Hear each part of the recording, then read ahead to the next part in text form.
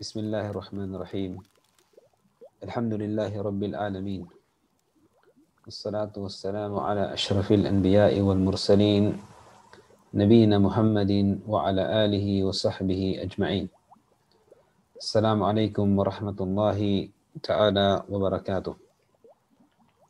Purihin natin ang Allah subhanahu wa ta'ala at dakilain natin siya. At pasalamatan at naway ang kapayapaan at pagpapala ay mapasa Propeta Muhammad sallallahu alaihi wasallam sa kanyang pamilya, sa kanyang mga kasamahan at sa lahat ng tao na tumatahak sa tuwid na landas hanggang sa huling araw. Mga kapatid sa pananampalatayang Islam, papasok na po tayo sa huling 10 gabi o sa huling 10 araw ng Ramadan. At ang ating bisita na ating hinihintay ay ngayon ay malapit na pong magtatapos. Pero dahil po malapit na itong magtapos, samantalain din natin ang natitirang mga araw at mga gabi nito na makagawa tayo ng napakaraming pagsamba dahil po ang gawain natin ay gagawaran ayon sa panghuli nito. Katulad ng sinabi ni Propeta Muhammad sallallahu alaihi wasallam sa pinakamalapit ng kahulugan, innamal a'malu bikhawatimiha. Tunay ng ating gawain ay nakasalalay sa ating huling ginawa. Kung ang ating huling ginawa natin ay pagsamba sa Allah subhanahu wa ta'ala, ay tayo po ay gagawaran niya. Kaya ang huling 10 araw o huling 10 gabi na natitira sa buwan ng Ramadan, ito po ay binigyang tuon ng ating pananampalataya at lalong-lalo na si Propeta Muhammad sallallahu alaihi wasallam, binibigyan niya ito ng tuon na atin itong pagbigyan ng panahon na makagawa tayo ng napakaraming pagsamba sa Allah. Dahil napakarami pong kabutihan, napakarami pong gantimpala ang naghihintay sa huling 10 araw ng Ramadan. At napakaraming kabutihan na makukuha natin sa huling 10 araw ng Ramadan, katulad na lamang ng min khasaisiha anna an-nabiy sallallahu alaihi wasallam kana yajtahidu bil amali fiha akthara min ghairiha. Na ang Propeta Muhammad sallallahu alaihi wasallam, siya po ay nagsusumikap na paramihin niya ang kanyang gawaing pagsamba kaysa ibang mga araw ng Ramadan. So sa huling 10 araw, pinaparami po niya ito. Siya po ay nag-ijtihad, siya po ay nagsusumikap na siya ay makagawa ng napakaraming kabutihan. Katulad ng naiulat ni Aisha radhiyallahu anha, anna an-nabiy sallallahu alaihi wasallam kana yajtahidu fi ashr al-awakhir ma la yajtahidu fi ghairihi. Katulad ng sinabi ni Aisha radhiyallahu anha na ang Propeta Muhammad sallallahu alaihi wasallam ay nagsumikap o todo-todo ang pagsusumikap ni Propeta Muhammad sallallahu alaihi wasallam sa huling nalalabing araw ng Ramadan, na hindi niya ito pinagsikapan sa mga ibang araw na sa ibang araw ng Ramadan. Katulad na lamang na iulat sa Sahih Bukhari at sa Sahih Muslim na sinabi rin ni Aisha radhiyallahu anha, ummul mu'minin, kana an-nabiyyu sallallahu alaihi wasallam idza dakhara al-ashru shadda mi'zarah wa ahya laylah wa aykadha ahlah. Sinabi ni Aisha radhiyallahu anha, si Propeta Muhammad sallallahu alaihi wasallam, kapag dumating na ang huling 10 araw o gabi ng Ramadan, shadda mi'zarah. Sinabi natin shadda mi'zarah, ito po ay hinihigpitan niya ang kanyang pangbabang kasuotan, na nangangahulugan ito na siya po ay hindi lumalapit sa kanyang mga asawa dahil nagiging focus po siya sa pagsamba sa Allah subhanahu wa ta'ala. Wa ahya laylah, binubuhay niya ang gabi sa pamamagitan ng pagpaparami ng sala, pagbabasa ng Quran, at paggagawa ng napakaraming ibada. Wa aykadha laylah, wa aykadha ahla, at kanyang binubuhay, kanyang ginigising ang kanyang mga pamilya upang gawin din nila kung ano ang ginagawa ni Propeta Muhammad sallallahu alaihi wasallam, at hindi po sila yung tulog sa gabi. Dahil sinasamantala dito ang mga kabutihan at mga gantimpala na mayroon dito sa huling araw, huling 10 gabi ng Ramadan. وفي المسند عنها قالت, ganun din na sinabi ni Aisha radhiyallahu anha, كان النبي صلى الله عليه وسلم يخلط العشرين بالصلاة ونوم فإذا كان العشر شمر وشد المعزر. So sinabi ni Aisha radhiyallahu anha na ang Propeta Muhammad sallallahu alaihi wasallam, yung unang 20 na mga araw ng Ramadan, ito po ay hinahaluan niya ng sala at pagtulog, pagbabasa ng Quran at iba pang mga ibada. Pero kapag dumating na yung huling 10 gabi ng Ramadan o huling 10 araw ng Ramadan, siya po ay nagiging seryoso at siya po ay inihahanda niya, pinagpe-preparean niya ang huling 10 gabi o araw ng Ramadan. Ibig sabihin, nag-instihad siya, tahayya, nagpe-prepare para sa gagawin ng mga pagsamba niya sa huling 10 natitira sa Ramadan. Wa shadda al-mi'zar, at hinihigpitan niya po ang kanyang pangbabang kasuotan, nangangahulugan ito na siya muna ay umiiwas sa kanyang mga asawa. وفي هذه الحديث دليل على فضيلة هذه العشر. At sa hadith na nakuha natin, ito po ay nangangahulugan lamang sa kadakilaan na mayroon dito sa huling natitirang 10 ng Ramadan. Dahil ang Propeta Muhammad sallallahu alaihi wasallam kana yajtahidu fiha. Dahil si Propeta Muhammad sallallahu alaihi wasallam, siya po ay nag-ijtihad, siya po ay nagsusumikap na hindi niya ito ginawa sa ibang mga araw. Wa hada shamilun lil ijtihadi fi jami'i anwa'il ibadah. At ito po ay nasasakop ng pagsisikap ni Propeta Muhammad sallallahu alaihi wasallam sa huling 10 na natitira sa Ramadan, ang lahat ng uri at ibang uri ng mga pagsamba. Katulad na lamang ng sala, pinaparami niya ang sala, pinaparami niya ang pagbabasa ng Quran, pagdidikir sa Allah subhanahu wa ta'ala, pag-aalala sa Allah subhanahu wa ta'ala, pagsasadaka at iba pang mga uri ng ibadah. Lianna an-nabiyya sallallahu alaihi wasallam kana yashuddu mi'zarahu, yani ya'tazilu nisa'ahu liyatafarrag lis-salati wad-dhikr. Dahil si Propeta Muhammad sallallahu alaihi wasallam, katulad ng sinabi natin kanina, hinihigpitan niya ang kanyang pambabang kasuotan dahil at iniiwasan niya muna ang paglapit sa mga asawa niya upang magkaroon siya ngayon ng concentration o focus sa kanyang sala at sa kadikir sa Allah subhanahu wa ta'ala at iba pang uri ng ibadah.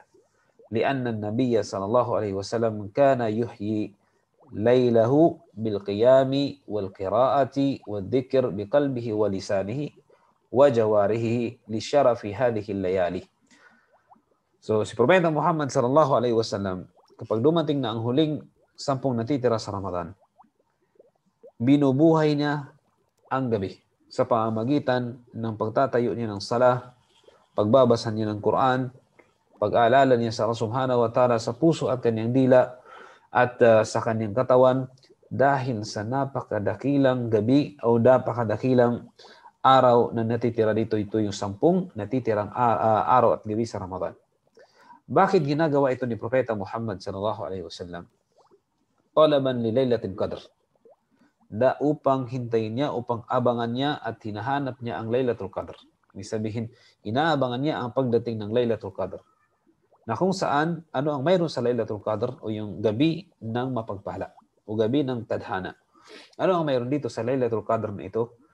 Na sinabi ni Propeta Muhammad sallallahu alaihi wasallam, allati man qamaha imanan wa ihtisaban ghufira lahu ma taqaddama min dhanbihi.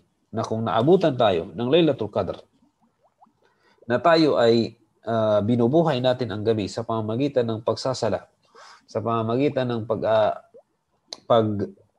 pagbabasa ng Quran, sa pamamagitan ng pagdidikir, pag-aalala sa Allah subhanahu wa ta'ala sa puso man natin o sa gawa o sa ating katawan, na mayroon tayong paniniwala at umaasa tayo ng gantimpala sa Allah subhanahu wa ta'ala, papatawarin ng Allah Subhanahu wa ta'ala ang anumang nakaraan nating pagkakasala. Wa dhahiru hadal hadith, at ang makikita natin sa hadith na ito, na si Propeta Muhammad sallallahu alaihi wasallam, binubuhay niya ang gabi, ang buong gabi para lamang sa pagsamba sa Allah subhanahu wa ta'ala. Para lamang sa pagsamba sa Allah subhanahu wa ta'ala, minadhikr, sa pamamagitan ng pagdikir, pag-aalala, pagbabasa ng Quran, pagsasala, wal isti'dad lidhalik, was sahur wa ghayriha, pagsasahur, paghahanda ng anumang pagsamba sa Allah subhanahu wa ta'ala. Ito po ang dahilan kung bakit hindi natutulog si Propeta Muhammad sallallahu alaihi wasallam o binubuhay niya ang gabi, huling 10 gabi ng Ramadan. وبهذا يحصل الجمع بينه وبين ما في الصحيح مسلم عن عائشة رضي الله عنها قالت ما أعلمه صلى الله عليه وسلم قام ليلة حتى الصباح لأن إحياء الليل ثابت في الأشر يكون بالقيام وغيره من أنواع العبادة التي نفته إحياء الليل بالقيام فقط. Na ito ay makuha natin na si Propeta Muhammad SAW ay binubuhay niya ang gabi. Pero sabi ni Aisha radhiyallahu anha, wala akong alam na si Propeta Muhammad SAW ay nagdarasal ng buong gabi hanggang sa umaga. Ito ay hindi kasali dito ang Ramadan, ang huling 10 ng Ramadan. Ibig sabihin, sa huling 10 ng Ramadan, huling 10 natitira, lalo sa gabi ng Ramadan, ang Propeta Muhammad sallallahu alaihi wasallam ay binubuhay niya ang gabi sa pamamagitan ng pagdarasal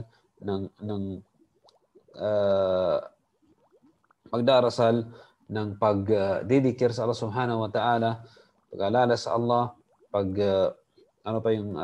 kanina at sinabi natin, pagbabasa ng Quran, pagsasala, pagdidikir, at iba pang mga uri ng ibadah. Wallahu a'lam. ومما يدل على فضيلة العشر من هذه الأحاديث أن النبي صلى الله عليه وسلم يوقظ أهله فيها للصلاة والذكر حرصا على اغتنام هذه الليالي المباركة بما فيه جديرة به من العبادة فإنها فرصة العمر وغنيمة لمن وفقه الله عز وجل. At isa rin sa kabutihan, makikita natin sa huling 10 gabi, huling 10 ng Ramadan, natitira sa huling 10 ng Ramadan, ay si Propeta Muhammad sallallahu alaihi wasallam ay ginigising niya ang kanyang pamilya. Sa ginigising niya upang magsala, upang magdikir sa Allah subhanahu wa ta'ala, upang kanilang samantalahin ang mga gabing ito na punong-puno ng biyaya sa pamamagitan ng pagsamba, dahil hindi po ito minsan naaabutan ng ibang tao. Dahil minsan lang ang Ramadan 2021, for example, or 2020, o anumang mga taon, ito po ay hindi dumarating sa atin maliban isang beses lang. Next na Ramadan na naman, ibang panahon na naman yun. Kaya maaring ang iba sa atin na hindi po nila maabutan ang ibang Ramadan. Marami tayong mga kapatid, dati kasama natin sa Ramadan, ngayon ay wala na sila. Kaya samantalahin natin, فَلَا يَنْبَغِي لِلْمُسْلِمِ الْعَاقِلِ فلا ينبغي للمؤمن العاقل أن يفوت هذه الفرصة الثمينة. Dahil hindi nararapat sa isang mananampalatayang mayroong pangunawa na ito ay kanyang ibaliwala. Ang fursa na ito, ang chance na ito, na napakahalaga sa kanyang sarili at sa kanyang pamilya, ito ay bilang na mga panahon, bilang na mga gabi, na kung saan maaring kapag naabutan natin ang hinahanap natin dito at bibigyan tayo ng gantimpala ng reward ng Allah subhanahu wa ta'ala, maaring ito ang magdadala sa atin sa tagumpay, sa kasiyahan dito sa mundo at sa kabilang buhay. At kabaliktaran naman, sa mga tao naman na ginugugol nila at nagpapabaya sila dito, ay ito po ay khasara sa kanila dito sa mundo at sa kabilang buhay. Ganun po mga kapatid sa pananampalatayang Islam. Yung iba ay nagpupuyat sa ibang gawain, yung iba ay naglalakwat sa ibang sa ibang mga lugar upang ito po ay ginagawa nila. Hindi natin alam kung ano ang kanilang mga ginagawa, pero ito po ay samantalahin natin mga kapatid. Ang gawain o ang nahuling natitira. Ngayon papalapit na tayo sa pagdating ng huling 10 araw o huling 10 natitira sa Ramadan, samantalahin po natin ang mga ito. Huwag po tayong magpatalo sa gawain ni Satanas dahil ito po ay ang pagiging pabaya sa mga gabing ito, sa mga natitirang 10 gabi na araw o gabi ng Ramadan. Ang hindi pagpapahalaga dito, ito po ay tukso ni Satanas sa isang mananampalataya. Kaya hindi po natin pwedeng suportahan. Hindi natin pwedeng ating sundin ang gusto ni Satanas para sa atin. Sabi na dahil siya ay kalaban natin, dahil sinabi rin ng Allah subhanahu wa ta'ala, inna ibadi laysa laka alaihim sultanun illa man ittaba'aka minal gawin. Tandaan natin mga kapatid. Sabi ng Allah na ang mga ibadi, ang mga ibad o mga alipin ng Allah subhanahu wa ta'ala na tunay na alipin ay wala pong chance ang Satanas upang sila ay iligaw. Maliban doon sa mga sumusunod sa Satanas. Sumusunod sa Satanas, illa manittaba'aka minal gawin. Maliban sa mga sumunod sa Satanas mula sa mga taong gusto nila o sinusunod nila ang kanilang mga opinyon, ang kanilang pagnanasa, at hindi ang tungkulin at hindi ang ibada o pagsamba sa Allah subhanahu wa ta'ala. Kaya narapat sa atin, wal aqilu la yattakhidu syaytana waliyan min dunillah. Huwag po gagawin ng isang tunay na mananampalataya at may tamang pag-iisip at matalino na kanyang gagawin ang Satanas na kanyang kakampi. Maliban sa Allah subhanahu wa ta'ala. Subhanallah. Na kung saan alam natin ang Satanas ay dapat magiging kalaban natin. Huwag natin po siyang kaibiganin. Huwag po natin siyang bigyan ng chance na makakontrol sa atin dahil po ito ay paglabag sa utos ng Allah subhanahu wa ta'ala. Dahil ang tunay na alipin na hindi sumusunod sa Satanas. At sinabi ng Allah subhanahu wa ta'ala, afatattakhidunahu wa dhurriyyatahu awliya'a min duni wa hum lakum adu bi'sa lidh-dhalimina badala. Subhanallah. Ginagawa niyo ba? Afatattakhidunahu wa dhurriyyatahu awliya min duni wa hum lakum adu. Ginagawa niyo ba na ang Satanas at mula sa atin at sa ating mga angkan ang Satanas na ito ay kakampi natin maliban sa Allah subhanahu wa ta'ala na kung sa alam natin na sila ay kalaban natin ang Satanas. Subhanallah. Ito po ay napakaraking kamalian na ito ay ipapalit natin sa Allah subhanahu wa ta'ala. Dapat ang Allah ang ating kakampi, ang Allah ang ating Panginoon, ang Allah ang ating sambahin. Focus tayo sa Kanya, lalong-lalo na sa pagdating sa huling natitirang araw ng Ramadan. 10 natitirang araw ng Ramadan. At sinabi pa ng Allah subhanahu wa ta'ala, inna shaytana lakum aduwwun fattakhiduhu aduwwa. Innama yad'u hizbahu liyakunu min ashabis sa'ir. Subhanallah. Tandaan natin ito, napaka delikadong sinabi ng Allah subhanahu wa ta'ala dito. Ano ito? Tunay na ang Satanas sa atin ay kalaban. Ang Satanas sa atin ay kalaban. Fattakhiduhu aduwa. Kaya gagawin natin siyang kalaban. Huwag natin siyang kaibiganin sa pamamagitan ng pagsunod sa gusto niya doon sa pagsasayang ng oras sa mga bagay na walang kwenta, na hindi kapakipakinabang o hindi ibada sa Allah subhanahu wa ta'ala. At tandaan natin, sinabi ng Allah subhanahu wa ta'ala, innama yad'u, tunay na ang Satanas, nag-aakay sa sino mang sumunod sa kanya, liyakunu min ashabi sa'ir, upang ito ay maging kasama niya sa impyerno ng Allah subhanahu wa ta'ala, min ashabi sa'ir. Ito ay para maging ano. So ito po ang gawain sa Satanas, mga kapatid. Kaya samantalahin natin na ang natitirang araw at gabi ng buwan ng Ramadan na bisita natin, na kung saan ito ay hinihintay lang natin na buwan na punong-puno ng biyaya, at ito ay malapit ng lumisan dahil paparating na ang huling 10 na natitira sa araw at gabi ng Ramadan.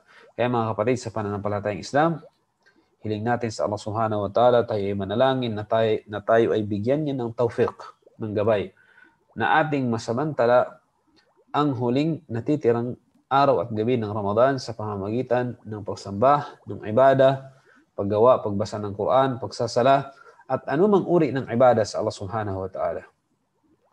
So yun po mga kapatid, ang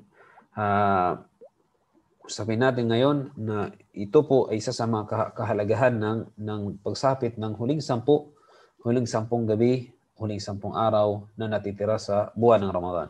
At napakarami pang iba, inshallah, ito po ay tatalakayin natin sa ibang araw. Inshallah subhanahu wa ta'ala, ang kasunod ay tatalakayin po natin ang i'tikaf. So hanggang dito na lang. Subhanakallahumma wa bihamdik, asyhadu an la ilaha illa ant, wa nastaghfiruka wa natubu ilaik. Assalamu alaikum warahmatullahi ta'ala wabarakatuh.